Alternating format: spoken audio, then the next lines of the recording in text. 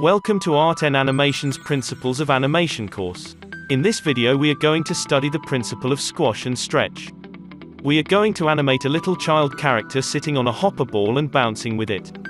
In classical animation, the object is stretched or squashed according to what material it's made of. The stretch and squash principle brings life, liveliness and flexibility to an object or a character. Let's start with the hopper ball first. We rename the layers 2 and 1 as hopper ball and ground respectively. On the hopper ball layer, we start drawing the keyframes using the brush tool. Please see how we are keeping the drawing loose and not drawing details now. The reason we do this is to save time if we need to redraw keys many times. If we draw all the details into every key in the first go and we end up changing it 4 or 5 times later to get the timing and spacing right, we end up drawing all the details in each keyframe that many times, which means a whole lot of time wasted. And of course, loose drawing gives us better gestures and better posing. We can go back and detail the loose drawings once they are the way we want them to be. We move the ball slightly to the right using the arrow keys. We select the third frame and add a blank keyframe using F7. We turn on the onion skin option from the timeline. We start drawing the next pose of the hopper ball. We will keep the ball slightly down on this pose as the ball is starting to fall down. The distance between this drawing and the previous one will be less as the ball falls slowly and then gradually speeds up. We don't apply much squash and stretch here because the ball is just starting to fall. We keep the ball slightly squashed on this keyframe. Remember, if you apply squash to an object, the same amount of stretch is automatically applied to it to keep the volume of the object intact. If you only apply the squash or only apply the stretch, then the volume of the object will be changed and it will change its size. Please see the video. We move the slider back and forth to see the movement of the ball. We are starting to see the movement here. Let's move ahead and draw the third pose of the ball. We again add a blank keyframe using F7 and turn on the onion skin option. Here the distance will be more compared to the first two drawings. The ball starts to speed up here, so the distance will increase. As the ball speeds up, we increase the amount of the stretch on the ball. Please see the video and follow for how we draw this pose.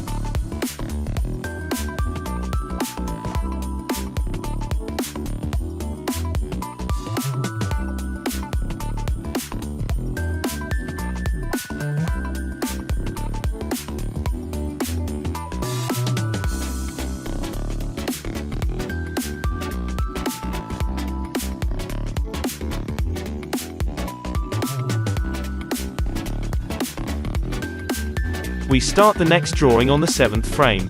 Here the ball is again speeding up because of gravity. The gravity will pull the ball to the ground, so as a result the ball will stretch more. We also increase the distance here from the previous drawing to show that it's speeding towards the ground. Remember, we don't need to focus on the drawing quality here. We just need to do the animation right in this stage. We can focus on the details and drawing quality later in the cleanup process. We can now see and understand better the principle of stretch and squash as we move back and forth between the drawings. We start drawing the next pose of the ball. We increase the distance here again from the previous drawing and apply more stretch. On this pose, the ball is at its peak speed, so we will stretch it more.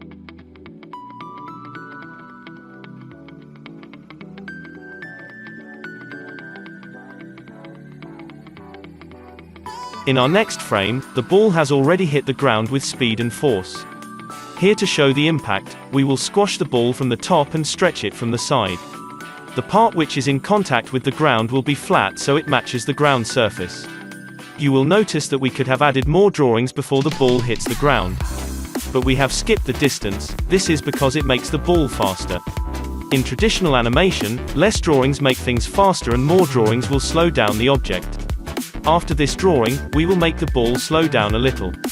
The impact will have broken the momentum of the ball. We will add 2 more drawings with the balls in contact with the ground, but we will play the squash and stretch.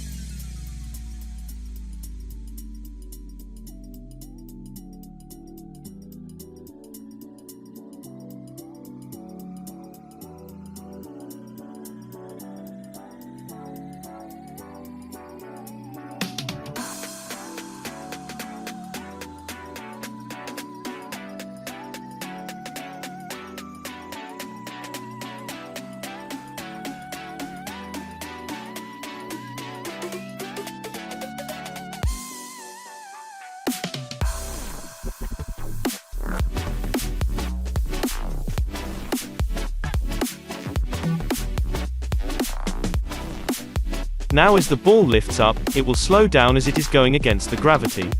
So, the key drawings will be closer together to each other. Once the ball reaches its maximum height while bouncing, it will be the slowest so that key drawings will be much more and close to each other. Please see the video carefully to get the spacing of the key drawings. We will match the last drawing with the first drawing so that our bouncing animation will play in a loop.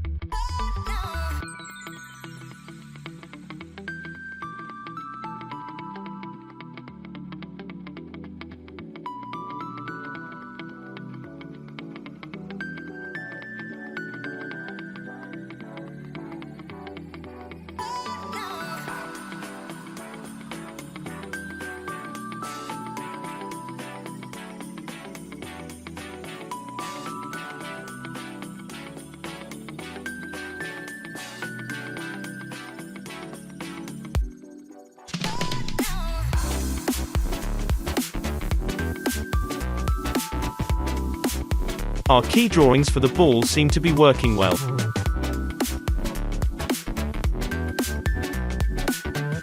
Let's now move on to the character.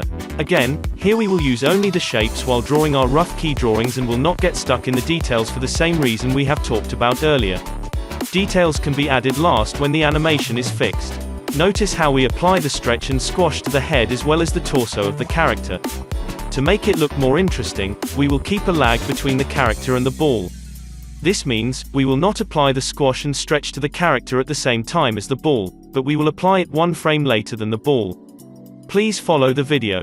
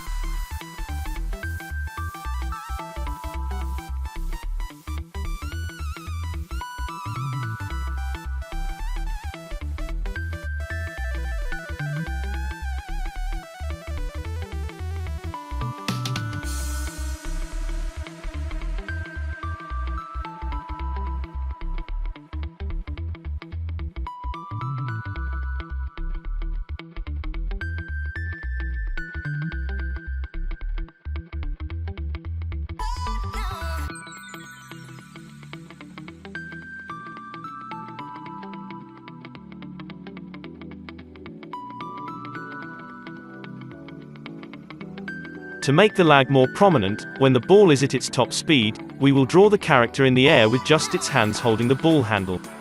The rest of the body and legs will not be in the contact with the ball.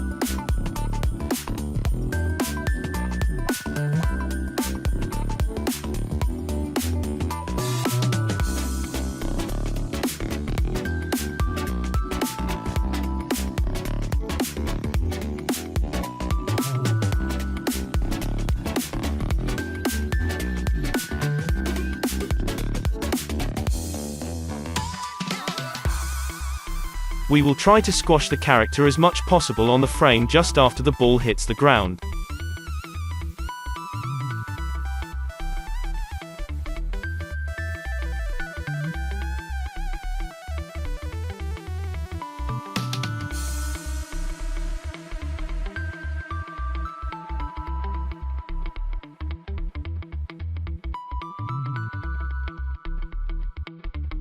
Notice how we bring its legs up as he falls down with the ball.